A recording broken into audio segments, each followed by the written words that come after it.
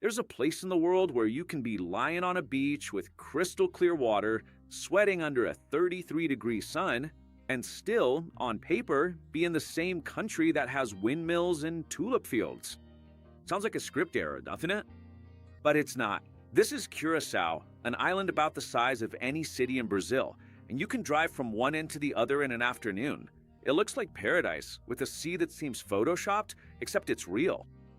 The people here speak a language that isn't taught in any school in the world, but if you pay attention, you'll recognize bits and pieces of it without even knowing why. It's 60 kilometers from Venezuela, and I promise this is going to be one of the strangest and most beautiful stories I've ever told you here on the channel. First thing, Curaçao is a country. I know it sounds like the name of a drink, but it's a country with its own capital, flag, and government. And check out this strange choice it made. At the same time, it's still part of the Kingdom of the Netherlands.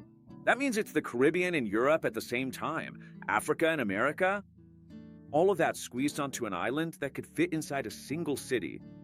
Have you ever noticed how some places seem to have been born from a mix that shouldn't have worked, but somehow did? That's Curaçao. Take pieces from 4 continents, mix them well, and toss them into the middle of the Caribbean. That's basically the recipe. Even the landscape doesn't help you get your bearings. You expect lush, dense, tropical vegetation. Curaçao gives you cactus, lots of cactus. Wind-bent trees, dry land, and an unbelievably blue sky. It looks like a cowboy movie set that someone forgot on top of the ocean. And all this dryness has a beautiful side effect. With no dark river water flowing in, and none of that mud that makes the sea look greenish in so many places around the world, what's left is an almost artificial blue. Have you ever seen a beach photo that looks too edited to be real? Well, here your phone camera is lying less than you'd think. And the weirdest detail, precisely because it's dry and outside the hurricane belt, Curaçao pretty much doesn't have a bad season. The temperature stays between 26 and 33 degrees all year long.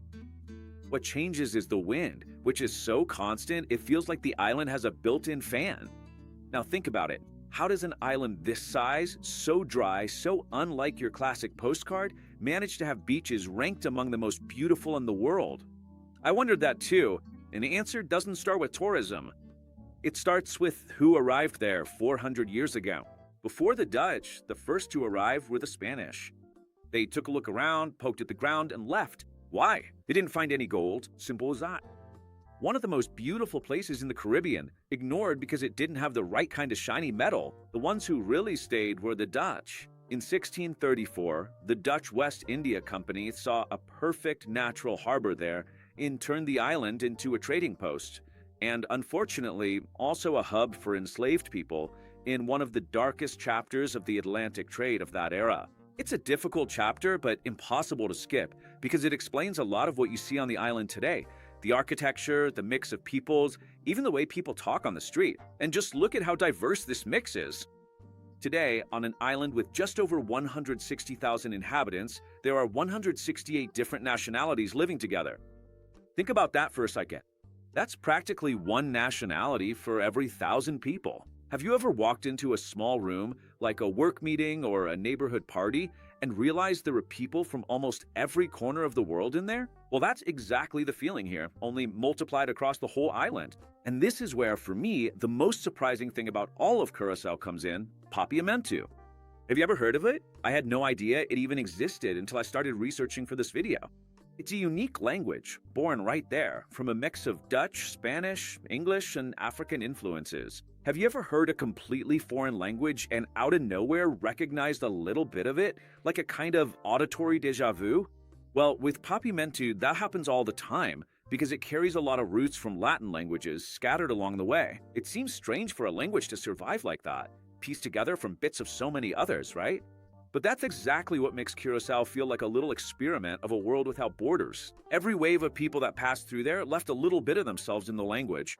And the result isn't a mess, it's a living language, spoken every day, everywhere. And what's most interesting is that over there, no one sticks to just one language. It's absolutely normal for a local to switch between Papiamento, Dutch, English, and Spanish within the same conversation, changing languages in the middle of a sentence as if it were the most natural thing in the world.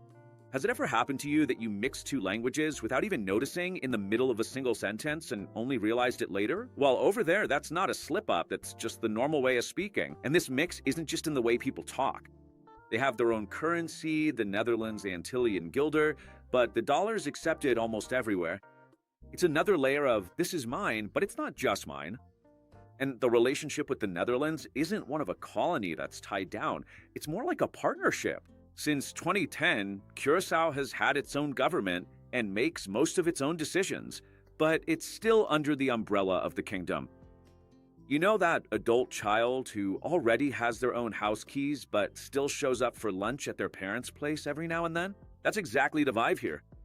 And this unique identity, even within a partnership with another country, was proven in a way that no Dutch person will forget anytime soon.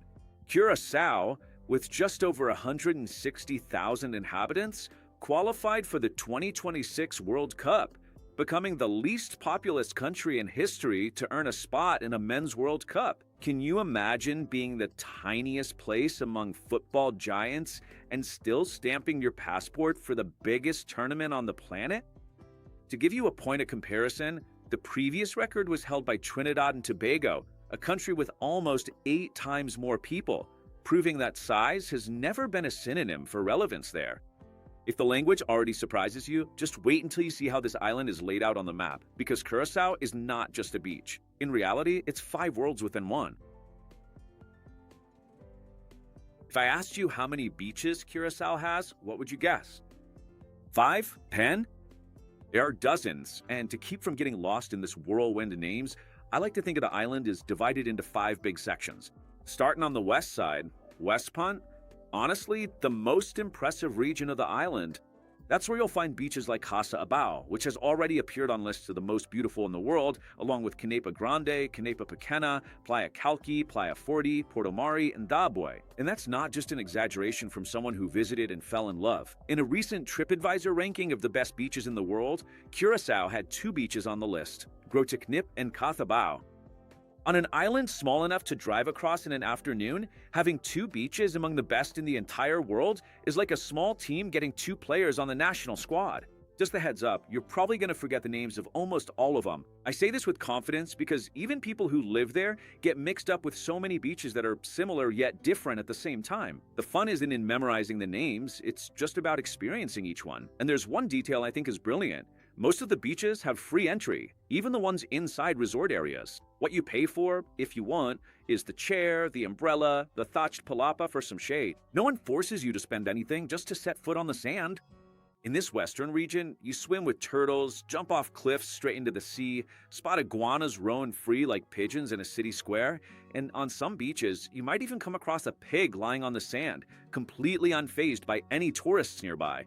They couldn't care less about you, which is funny because usually we're the ones invading their space, not the other way around. And speaking of turtles, check out this number. There are 7 species of sea turtles in the whole world, and 5 of them can be found in the waters of Curaçao. 5 out of 7 on an island you can drive across in just one afternoon.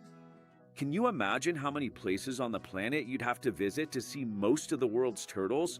Only to find out that a single patch of land in the Caribbean already checks off a good part of that list. The east side has a different vibe. Also beautiful beaches, but they're more urban, busier, and pricier. A beach chair there can cost about $8. And here's a practical tip. Renting a car isn't a luxury, it's pretty much a necessity. The distances between beaches range from 20 to 50 minutes, and public transportation just can't handle so many people spread out wanting to explore the whole island. Now, while the west and east have plenty of beaches, the north simply doesn't have any.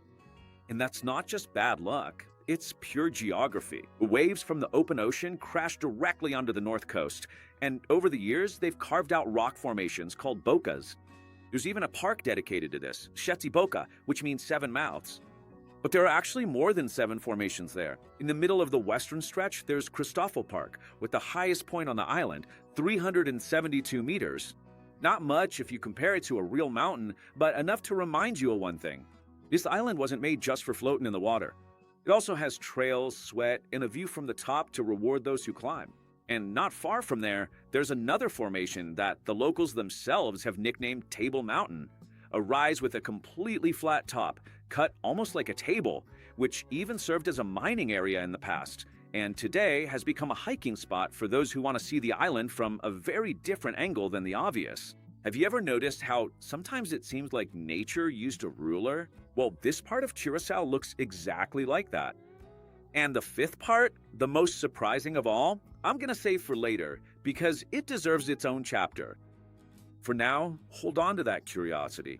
There's an island within the island, practically uninhabited, so symbolically important that it's represented on the country's own flag as a second, smaller star next to the main one. Even before you get to know this place, it was already there, quietly present on every flag waving. Before that, we need to go through the heart of it all, the capital, Willemstad. And there, the story gets even more beautiful. Willemstad has a feature you've probably seen in photos without knowing where it was from. Those colorful houses lined up along the water. Have you ever seen that image on some travel feed? Well, that's from there. And there's a fun fact behind those colors that I find hilarious. Do you think they were always this colorful, full of personality? No. Originally, the houses were white. The problem was that the sun reflected so much off the white facades that it started giving people headaches. The result, they painted everything in different colors to solve the problem. Just think about that. One of the most photographed postcards in the Caribbean was born from a migraine complaint. Has it ever happened to you that you solved a problem in the simplest way possible, and that simple solution ended up, unintentionally, becoming the trademark everyone remembers? Well, that's exactly what happened here, only on a countrywide scale. The central region is divided in two by a canal. On one side, Punda, which is more historic, on the other, Outra Banda, with a more modern vibe. And connecting the two banks is a bridge that deserves its own video. The swinging old lady, the old lady that swings. And the name isn't just for show, it's literal. It's a floating bridge. When you walk across it, you can feel the water's ripples beneath your feet. Have you ever thought about walking and feeling the ground move gently, like a soft treadmill? And whenever a boat needs to pass through the canal, the bridge simply pulls back. It opens to let the boat pass and only comes back when the maritime traffic clears. Meanwhile, there's a little boat whose only job is to ferry people who got stuck on one side to the other. A traffic system made of water and a movable bridge. On the other side, there's another bridge. This one is fixed and much taller, so ships can pass underneath without any trouble. It's the Juliana Bridge, standing 56 meters high, and it's considered the largest bridge in the entire Caribbean. And the need to build such a giant concrete structure wasn't just for looks. It comes from a heavy industrial past. From the time when an oil refinery set up there became, in the 1950s, the largest refinery in the world. Curaçao was once quite literally a mandatory stop for the oil that powered part of the planet. Looking at it today with that crystal clear water, you'd never imagine its past filled with smoke and heavy machinery. And there's a geological curiosity that I personally love. Near downtown, close to the airport, there's a gigantic cave that, millions of years ago, was completely submerged under the sea. Take a second and think about that. You're walking dry inside a cave, and that ceiling, those walls, at some point in Earth's history, there was a fish swimming right there. And there's a symbolic, beautiful detail near the bridge, a sign with the word douche in Papiamento, which means something tasty, dear, or pleasant. It's their affectionate word for pretty much everything that's good in life. And yes, it's a guaranteed photo spot. Just like every place in the world has that "I love this city" sign that everyone stops to take a picture with.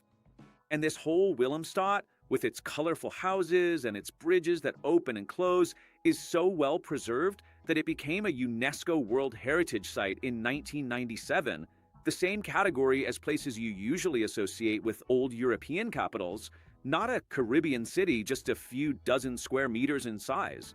And there's one more fun fact that I personally find beautiful. Right in the middle of Punta Cana is the oldest synagogue in all of the Americas, still in operation. And its floor is made of sand. It's not due to lack of renovation, it's intentional. The first Jewish settlers who arrived there used sand to muffle the sound of footsteps and prayers at a time when they had to meet in secret. Can you imagine praying so quietly that even the floor has to help hide the sound? And if you go on the right day, you can still see another remnant of history in action, a floating market. where boats from nearby Venezuela dock to sell fish and fresh produce straight from the boat. It's been like this for decades. A little piece of commerce that survives in the oldest way possible, right next to designer stores and fancy restaurants. If the city already offers this level of curiosity, just imagine what nature has in store outside of it. Curaçao doesn't hold back when it comes to beautiful animals. On several beaches on the west side, you can swim alongside sea turtles. And the reason they show up so much at one particular beach is pretty interesting. Fishermen clean the fish they've caught and throw the leftovers back into the sea. The turtles associate the place with easy food and pretty much make themselves at home there. Have you ever tried to imagine swimming next to a giant turtle, feeling that mix of fear and excitement at the same time? I have to admit, just thinking about it gives me butterflies. There are beaches with pigs lying on the sand, beaches with iguanas strolling around calmly, and dive spots with shipwrecks that have been forgotten at the bottom of the sea for decades. One of the most visited is a small tugboat that sank a long time ago and has now basically become a natural aquarium. Corals have taken over the hull and colorful fish swim through the metal structures.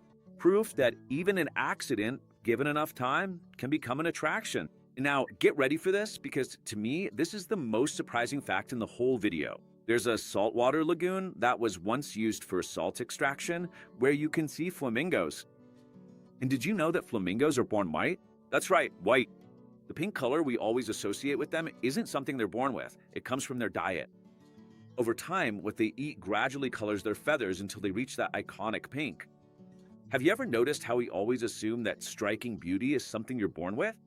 Because that elegant creature, looking like a magazine cover model, started life looking just like any ordinary little white duckling. It completely changes the way I look at flamingos now. And now we've reached the moment I promised to save. The fifth part of the island, the most unexpected of all, climb Curaçao. Imagine a tiny island so small you can walk across the whole thing in 10 minutes.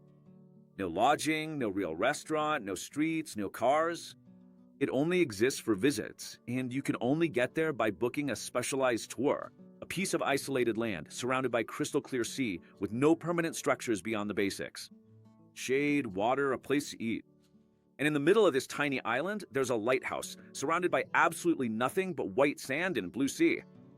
I can't claim it's the most beautiful lighthouse in the world because I haven't seen them all, but I can guarantee that the feeling of arriving there is out of this world. For a moment, it feels like you're the only living person on that piece of the planet, even though you know there's a group of tourists right next to you. Have you ever felt that before? That good kind of solitude in the middle of a beautiful place, even when you're surrounded by people?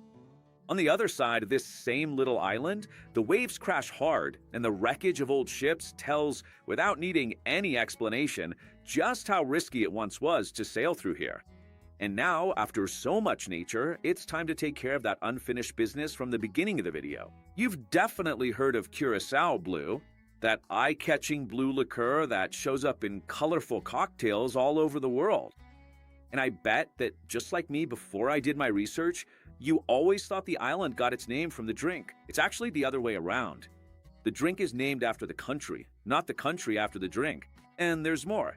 The blue liqueur we know, with coloring to make it that bright shade, is just one version. The original blue Curaçao can only be found there, in the country itself. The secret lies in the orange used in the recipe. It only grows on that island, and almost no one knows exactly where the plantation is located. Only the people who work at the factory have that map memorized. Visiting the factory is almost a farewell ritual for those leaving the island. You learn about the process, the history, and you leave with that iconic round little bottle. And since we're talking about flavor, the local cuisine is also, at its core, a reflection of the island itself, a mix from all over the world. What really sets it apart are the traditional stews, which range from goat to chicken and even iguana.